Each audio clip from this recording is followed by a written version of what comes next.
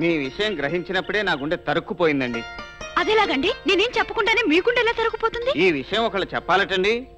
నేను మగవాణ్ణి అయ్యుండి మోగవాళ్ళ నటిస్తూ ఉద్యోగం కోసం వికలాంగుల కేంద్రంలో చేరాను.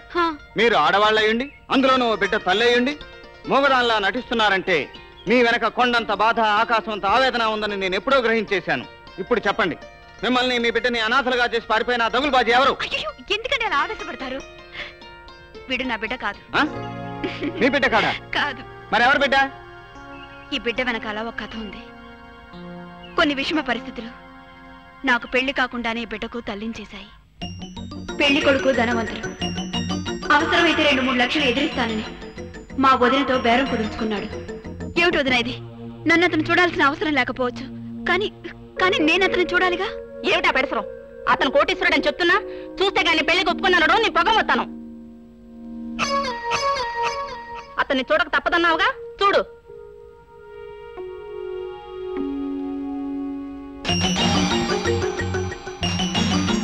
ఏమిటి ఈ తాగుపోతా పెళ్లి కొడుకు?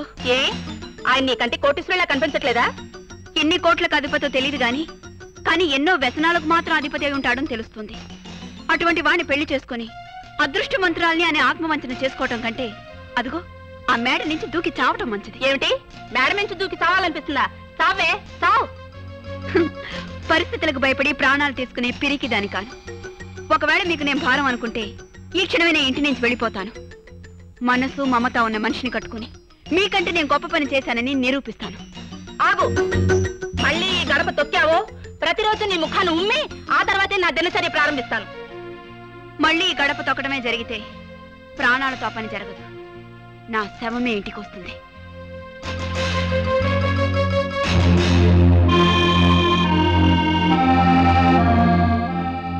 క్షమించన్నయ్యా, వీధిలో పడితే ఎలా బ్రతకగలను అన్న భయం నాకు కలగలేదు.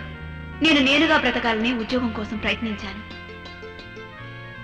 ఓ హాస్పిటల్లో రిసెప్షనిస్ట్ గా నాకు పని దొరికింది. డాక్టర్ గారికి పర్సనల్ ఫోన్ వచ్చింది. ఆయన్ని పిలవటానికి బయలుదేరి వెళ్ళాను. లోపల నుంచి మాటలేవో వినిపిస్తున్నాయి. లోపలికి వెళ్ళడమా మానడమా అని ఆగాను. ఇప్పుడు మీరు సంటి కుర్రాడికి ఆపరేషన్ చేయబోతున్నారు.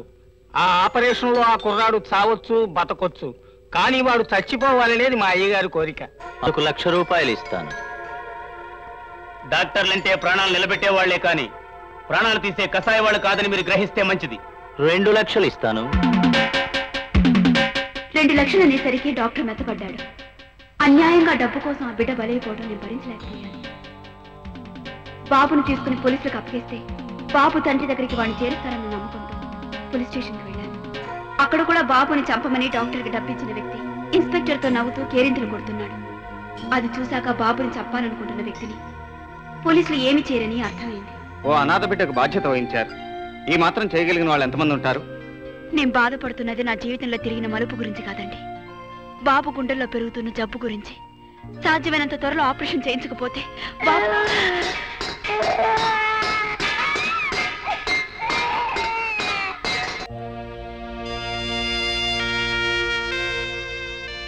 అన్నయ్య, నిన్నెప్పుడు ఏమి అడగలేదు.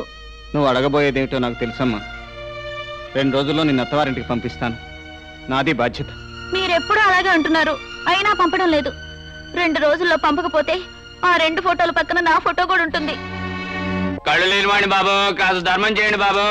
సార్, అమ్మగారు కొన్ని గుర్తులు చెప్పారు. 601వ నంబర్ రూమ్ లో ఉన్న కృష్ణ గారు మీరేనా? అవును. బాబుకి జబ్బు చేసిందట, రాయల్ హాస్పిటల్కి వెళ్ళారు. మిమ్మల్ని అక్కడ రమ్మన్నారు. అలాగే.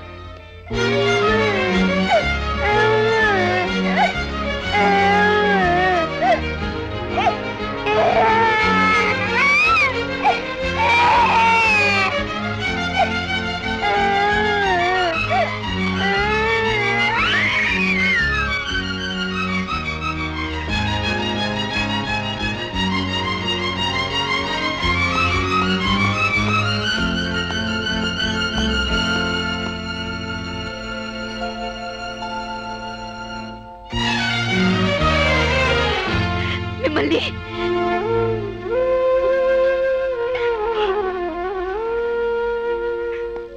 దివ్య, బాబుకి ఎలా ఉంది? బాబా? ఏ బాబండి? మీరు ఏ బాబు గురించి మాట్లాడుతున్నారు? బాబు అనేవాడు ఉన్నాడని గుర్తుంటే మీరు ఇలా బలదూరుగా తిరిగేవారా? పడి గుండె జబ్బుందని ఏ క్షణమైన ప్రమాదం ముంచుకొస్తుందని తెలుసుంటే మా కర్మకు మమ్మల్ని ఇలా వదిలేసి. నేను చెప్పేది వింటే. ఏమిటండి మీరు చెప్పేది? ఆడదానే ఉండి ఊరు విడిచిపెట్టి ఉద్యోగం వదిలేసి ఎందుకు వచ్చేశాను? బాబు కోసం. మూగుదానిలా నటిస్తూ ఆ ఉద్యోగం ఎందుకు చేశాను? ఆ బాబు కోసం. మీకు నాకు సంబంధం లేకపోయినా మీ భార్యగా నటిస్తూ ఈ ఆదర్శ దంపతుల పోటీకి ఎందుకు వచ్చాను? ఆ బాబు కోసం. అయినా బాబు గురించి గాని నా గురించి గాని పట్టించుకోకుండా మీ తిరుగుళ్ళు మీరు.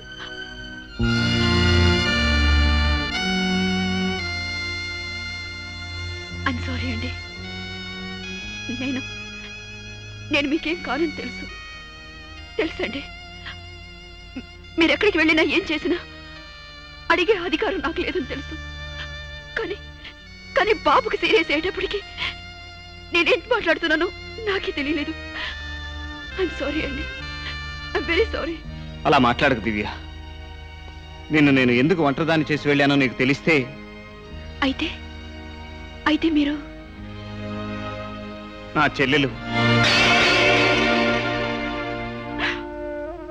అయ్యో, తెలియకుండా నోటికి వచ్చినట్టు ఏవేవో వాగేశారు. నన్ను క్షమించండి. మీ బిడ్డ ప్రమాదం ఏమిటో మీకు అర్థమై ఇలా దూరంగా వచ్చి వరవుతున్నారని అర్థం చేసుకున్నాను. బిడ్డ పరిస్థితి నిజంగా ప్రమాదంగానే ఉంది. 2 రోజుల్లో ఎలాగైనా ఆపరేట్ చేయాలి. ఎంత డబ్బు ఖర్చైనా పర్వాలేదు. ఆ డబ్బు మేము తీసుకొస్తాం. ఆపరేషన్ ఏర్పాటు చేయండి డాక్టర్. ఈ ఆపరేషన్ కి కనీసం 50,000 కావాలి. 50,000 ఏంటండి డాక్టర్ గారు? మేము 1,00,000 కోసం ప్రయత్నిస్తున్నాం. మా వదిన నన్ను ఇంటి నుంచి ఫోన్ చెప్పినప్పుడు కూడా నేను భయపడలేదు. బాబు బాధ్యతలు స్వీకరించాల్సి వచ్చినప్పుడు కూడా నేను భయపడలేదు. అయ్యో, కానీ 2 రోజులు 50,000 చెప్పి మమ్మల్ని భయపడతారా? అప్పుడైతే నేను ఒక్కదాని. ఇప్పుడు కృష్ణ గారు కూడా ఉన్నారు. నేను కృష్ణ గారు కలిస్తే ఏమైనా చేయగలను. ఏమండి కృష్ణ గారు, నేను చెప్పేదానిలో ఏమైనా తప్పు ఉందా?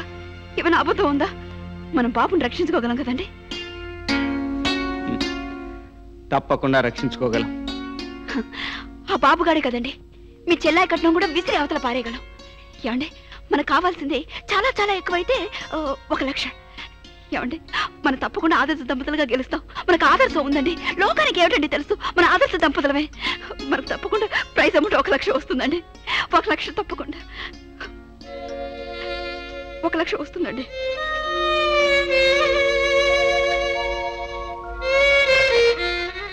అవును, మనకు 1,00,000 వస్తుంది సరే, కానీ వాళ్ళు ఎప్పుడు అనౌన్స్ చేస్తారు? మన చేతికి ఎప్పుడు 1,00,000 వస్తుంది?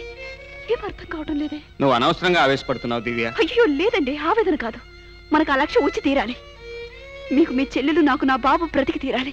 దానికోసం మనం ఏమైనా చెయ్యాలి, చేసి తీరాలి. ఏమండి, 1,00,000 రావడం కోసం మనం ఏం చేస్తున్నాం? ఎవరయ్యా బాబు నువ్వు? లేడీస్ తీసుకుని మా తోటకు వచ్చావు. ఇది లవర్స్ మాట్లాడుకునే పార్క్ కదయ్యా బాబు. ఇది మా పొప్పరేటర్ హరిప్రసాద్ గారి బంగ్లా.